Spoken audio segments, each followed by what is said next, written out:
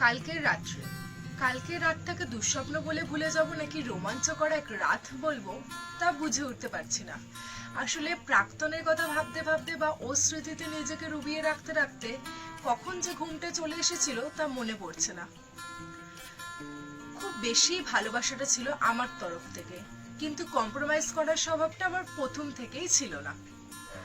অনেকদিনই অনেকজনের মুখেই শুনে আসছি তারা তাদের এক্সকে বিষয় ভালোবাসে, কিন্তু কোনো না কোনো কারণে তারা আর একসাথে নেই। আর এই সব গল্প শোনানোর জন্য বেছে বেছে তারা আমাকেই পায়। প্রথমে দাবি করে এই ব্রোকেন হার্ট মানুষগুলো তোমার প্রেমে পড়েছে, আর তাদের ছেড়ে সবাই চলে যায়, কিন্তু তারা তোমাকে ছেড়ে যাবে না। প্রথম প্রথম কথাগুলো খুব অবিশ্বাস্য লাগলেও ধীরে ধীরে তোমার মনটাও এদের জন্য ঠিক গলে যাবে। আর ঠিক তখনই শুরু হয়ে যাবে এদের নাটকগুলো।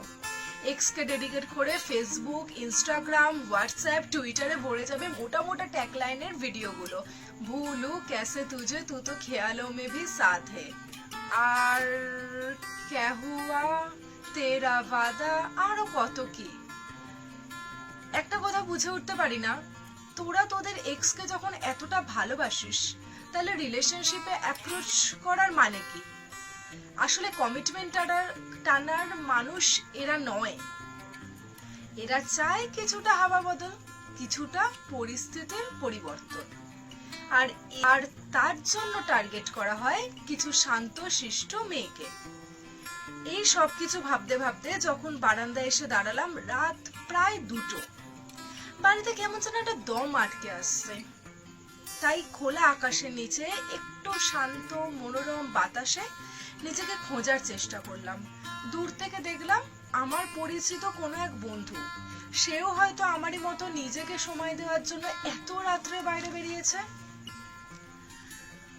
তারপর কিছু না ভেবেই আমি রাস্তায় বেরিয়ে ওই বন্ধুটার আমরা খানিকক্ষণ গল্প করেছিলাম। আর তারপর কি হলো কিছু মনে পড়ছে না। যখন চোখ খুললাম আমি নিজের বাড়িতে ছিলাম না।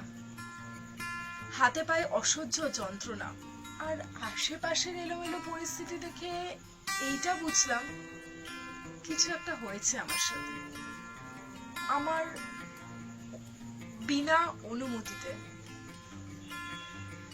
কয়েকটা জিনিস শুধু মনে পড়তে লাগলো। কাল রাতে আমি ছিলাম, ওই বন্ধুটা ছিল, কিছু একটা আমার অজান্তেই ঘটে গেছিল। অন্ধকার ঘরে লাইট জ্বলা মাত্রই টিভির আওয়াজটা কানে আসতেই শুনতে পেলাম নিখোঁজ অর্পিতা দাস, বয়স 20, শ্যামবর্ণ, পরনে হোয়াইট টপ আর ব্লু জিন্স। এসব শোনা মাত্রই মায়ের কথা মনে পড়লো হঠাৎ। মা বলতো কারুকে বিশ্বাস করবি না, সবাই শুধু শরীর চেনে। এসব ভাবতে ভাবতে হঠাৎ দরজা খোলার আওয়াজ পেতেই চোখটা মুছে অবুঝ দৃষ্টিতে শুধু বন্ধুটার দিকে তাকিয়ে রইলাম। সে এসে নিষ্পাপ ভাবে আমাকে প্রশ্ন করলো, শরীর ভালো আছে তোর?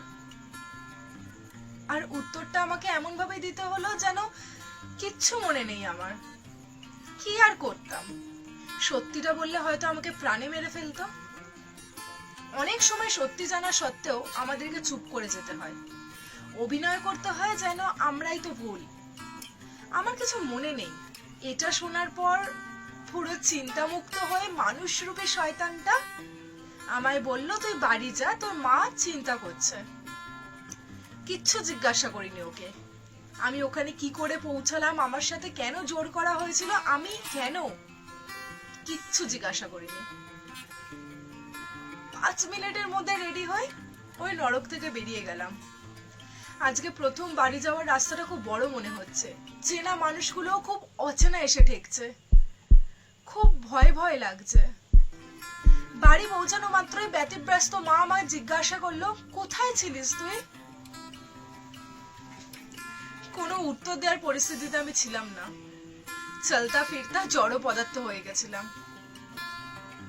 মায়ের কাছে সবটা লুকিয়ে অনেকটা সময় চেয়ে নিয়ে নিজের ঘরে গিয়ে দরজাটা বন্ধ করলাম। এই প্রথম নিজেকে বড় অসহায় মনে হচ্ছে। সবটা জানার পরেও মা বাবার নিজের মান সম্মানের কথা ভেবে চুপ করে গেলাম। বোবা হয়তো থাকতে হচ্ছে। কি করে মুখ দেখাবো লোককে? কি পরিচয় দেব আমি? এই রেপিস্ট গুলোর শাস্তি হয় কিনা জানি না, তবে শাস্তি পায় যাদের সাথে রেপ হয়। কে বিয়ে করবে এবার আমায়? কেউ চাইবে না এমন এক বউ যে এক রেপিস্টের শিকার। আচ্ছা, আমি আমার প্রেমিককে বা কি জবাব দেব? ও কি বিষয়টা আদৌ বিশ্বাস করবে? পারবো না আমি আর এরকম অসহ্য যন্ত্রণা নিয়ে বেঁচে থাকতে। না আছে আমার লড়ার ক্ষমতা, আর না আছে সবটা ভুলে যাওয়ার সাহস। একটা কথা মাথায় এলো শুধু, দিদিমার ঘুমের ওষুধটা মা আজ টেবিলে এনে রেখেছিল, ড্রেসিং টেবিলের ওপর। কারোর কথা ভাবলাম না, কিচ্ছু না, শুধু দরজাটা খুলে দিদিমার ঘরে গেলাম, ওষুধটা চুপচাপ নিয়ে নিজে ঘরে চলে এলাম।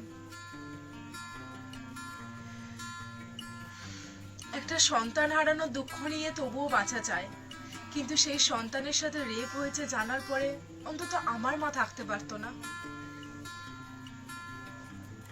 আর পরিবারের সম্মানটা বাঁচানোর জন্য আমাকে এই পদক্ষেপটা নিতেই হলো।